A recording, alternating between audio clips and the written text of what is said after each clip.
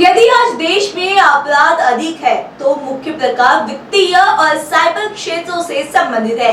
ऐसे मामलों पर अंकुश लगाने के लिए केंद्रीय सतर्कता आयोग के अनुसार इस वर्ष भ्रष्टाचार मुक्त भारत विकसित भारत की अवधारणा पर प्रकाश डालते हुए 31 अक्टूबर से 6 नवंबर 2022 तक सतर्कता जागरूकता सप्ताह मनाया जा रहा है।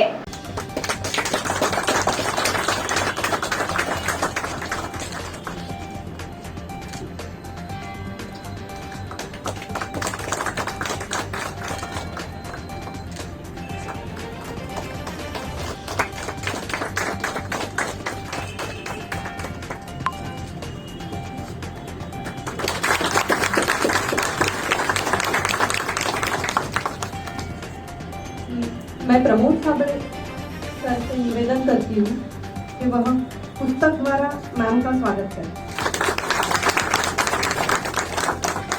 To economic, political, and social progress, I believe that all stakeholders, such as government, citizens, need to work together to eradicate corruption.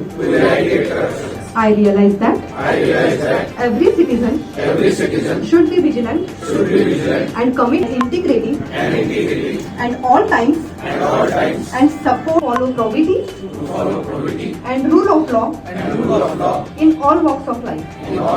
Integrity in personal behavior. And banking sector में तो कुछ भी गलत करना इज वेरी रिस्की, कभी ना कभी पकड़े ही जाएंगे because everything has a trade. So we need to know कि हमें कैसे अपनी लाइफ को कंडक्ट करना है। कई बार हम लोग ये भी सुनते हैं कि बैंकिंग सेक्टर ट्रेडिशनल सेक्टर है या फिर सरकारी नौकरी बहुत ही कंजर्वेटिव नौकरी है, बहुत अच्छी सैलरी नहीं है, वर्किंग आवर्स ज़्यादा है, तो हम उसको जस्टिफाई करने की कोशिश करते हैं काफ़ी लोग कि भाई इस वजह से मैं थोड़ा सा एक्स्ट्रा पैसा ले लेता हूँ, मैं तो ओवर टाइम करता हूँ, सरकार मुझे कुछ ओवर टाइम का थोड़ी देती है, या फिर बैंक में हम तो दिन भर बैठे रहते हैं। तो उस चीज़ को हमें अवॉइड करना है, क्योंकि हम जो चूज कर रहे हैं लाइफ में, हम लोग मजबूर लोग नहीं है। एटलीस्ट जो इस कमरे में बैठे हैं, वी आर नॉट पीपल जो मजबूरी में कहीं पे बैठे हुए हैं। आपने बैंकिंग सेक्टर में नौकरी करना चूज किया है, इट इज़ नॉट योर मजबूरी कि आप यहाँ पे फंस गए हो। मैंने चूज किया है कि मैं इस जगह पे नौकरी करूंगी, सरकार में नौकरी करूंगी। तो हर चीज़ का एक पैकेज होता है, हर चीज़ का एक प्रोज एंड कॉन्स होते हैं। अगर आपकी सैलरी कम है तो आपको इज्जत ज़्यादा है, आपकी रिस्पॉन्सिबिलिटी ज़्यादा है। बैंकिंग सेक्टर में स्टेबिलिटी है आपकी लाइफ में, बहुत सारी चीज़ें आपको नहीं फेस करनी पड़ रही जो बाकी सेक्टर के लोगों को फेस करनी पड़ रही है। अगर आप एक ब्रांच में काम करने वाले किसी का डेली आप रिस्पॉन्सिबिलिटी एंड ये कंपेयर करते हैं किसी पुलिस वाले से फॉर एग्जाम्पल, तो उसको 24 घंटे नौकरी करनी पड़ रही है। आप लोगों का एक शेड्यूल है, आप अच्छे से ऑफिस आते हो, आराम से कमरे में बैठते हो, तो उस तरह से हर किसी का कुछ अच्छा और कुछ बुरा है हर नौकरी का।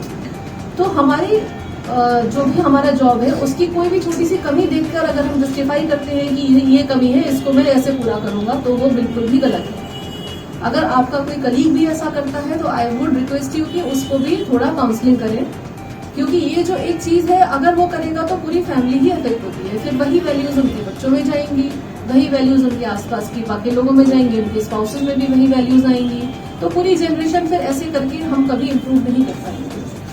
कभी इंडिया में फिर मुश्किल है कि हम करप्शन फ्री इंडिया बना सकें। तो everybody has to be aware, each and everybody, किसी भी सेक्टर का, सबसे लोएस्ट स्टाफ से लेकर सबसे टॉप पोस्ट तक सबको करना है। किसी को ये नहीं सोचना है ऊपर से कि जी मैं यहाँ छोटा सा कुछ कर ले रहा हूँ, इससे क्या ही फर्क पड़ता है, 1000 रुपए तो है। It is not about the amount of money, it is about the intention. So ये चीज हमें खुद में तो इनकलकेट करनी ही है, एंड बाकी लोगों में भी अगर हम कुछ ऐसा देखते हैं तो हमें उसे प्रमोट करना है। एंड ओनली बैंकिंग सेक्टर से अगर इसके बारे में मैं बात करना चाहूँ तो जो मेरा एक्सपीरियंस रहा है एज लॉ एनफोर्समेंट एजेंसी, हमारा जो डीलिंग रहता है बैंकिंग सेक्टर से, तो जितने भी फ्रॉड्स आते हैं, बहुत सारे इकोनॉमिक ऑफेंसेस के केस आते हैं, तो उसमें देखा जा रहा है कि बहुत बार ऐसा भी आता है कि मेलाफाइडी होती है, ईजी ब्रांच के किसी आदमी ने मिलके गलत डॉक्यूमेंट्स बनवा के किसी को लोन दे दिया।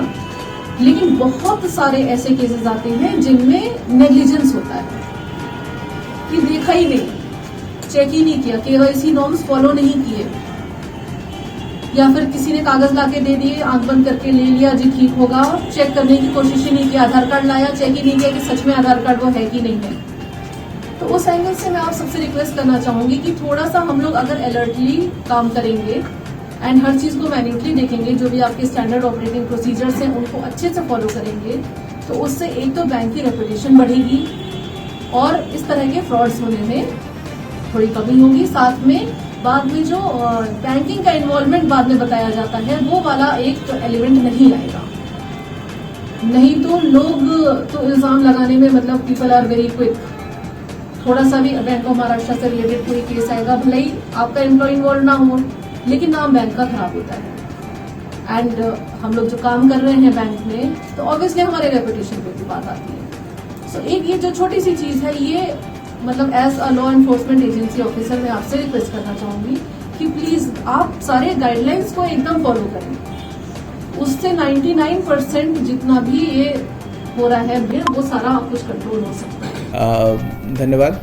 आज नागपुर अंचल बैंक ऑफ महाराष्ट्र द्वारा यहाँ विजिलेंस अवेयरनेस वीक के अंतर्गत जो प्रोग्राम ऑर्गेनाइज किया गया, उसमें corruption free India for a developed nation, ये थीम के ऊपर आज हमने यहाँ पे आदरणीय IPS श्रीमती नीवा जैन को, जो जॉइंट कमिश्नर ऑफ पुलिस हैं नागपुर साउथ की, उनको बुलाया गया और उनके द्वारा जो कि हम जैसे कहते हैं कि right from the horses mouth, किस प्रकार से विजिलेंस और आपका स्टैंडर्ड ऑपरेटिंग पॉलिसीज़ प्रोसीजर्स किस प्रकार से हम हमारे दैनिक कार्यों में उपयोग कर सकते हैं, जिससे कि भारत का जो हमारा एक फाइनेंशियल सेक्टर है वो जागरूक बने, किस प्रकार से हम देश की सहायता कर सकते हैं और किस प्रकार से लॉ एनफोर्समेंट एजेंसीज़ भी हमारे साथ इन्वॉल्व होकर काम कर सकती हैं, ताकि overall corruption free vigilant India जो है वो डेवलप हो सके। ये एक बहुत बड़ी जो है एक थीम थी और इसके ऊपर मैडम जैन ने बहुत अच्छे से एलैबोरेट किया। हमारे समस्त नागपुर की शाखा के शाखा प्रबंधक वहाँ मौजूद थे।